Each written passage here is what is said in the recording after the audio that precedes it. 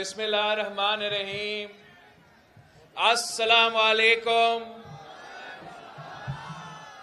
جیے بھٹو۔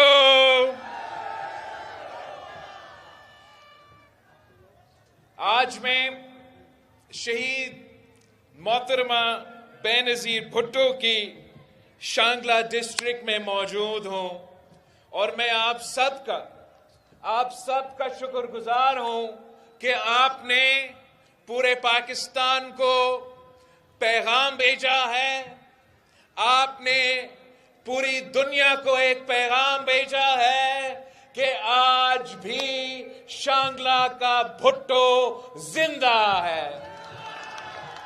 آج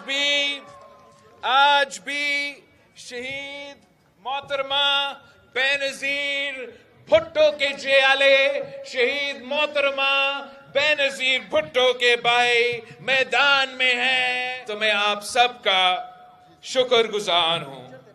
کوئی اور سیاستدان نہیں ہے، کوئی اور سیاسی جماعت کی سیاستدان نہیں ہے جن کے ہاتھ صاف ہے۔ ان کا سیاست اس چیز کا کہ وہ اپنا جیب کیسے بھریں گے۔ میں واحد سیاستدان ہوں جو 19 سال کی عمر سے 2007 سے سیاست کرتا آ رہا ہوں۔ میرا والد اس ملک کا صدر رہا، 5 سال حکومت ہمارا، صوبائی حکومت میں 15 سال پاکستان پیپلز پارٹی کی حکومت رہا۔ اب میں ملک کا سب سے نوجوان وزیر خارجہ رہا 18 مہینوں کے لیے۔ میرے ہاتھ صاف ہے، میرے مخالف بھی نہیں کر سکتے ہیں۔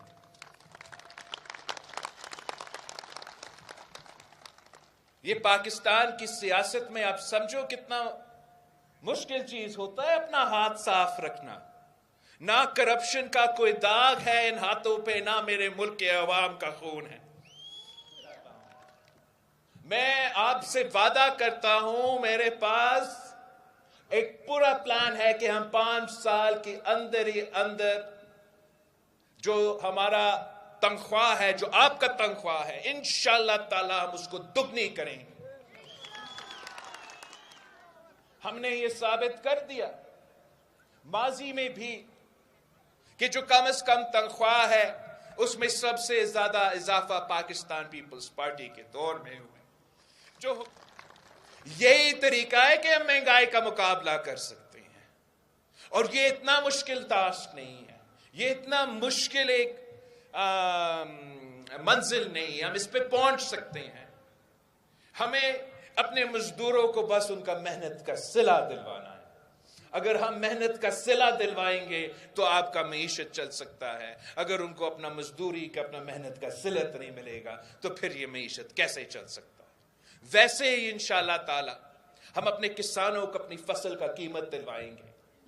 باہر کے جو ممالک ہیں ان کو ہم ڈالر میں گندم خریدتے ہیں، چاول خریدتے ہیں، چینی خریدتے ہیں۔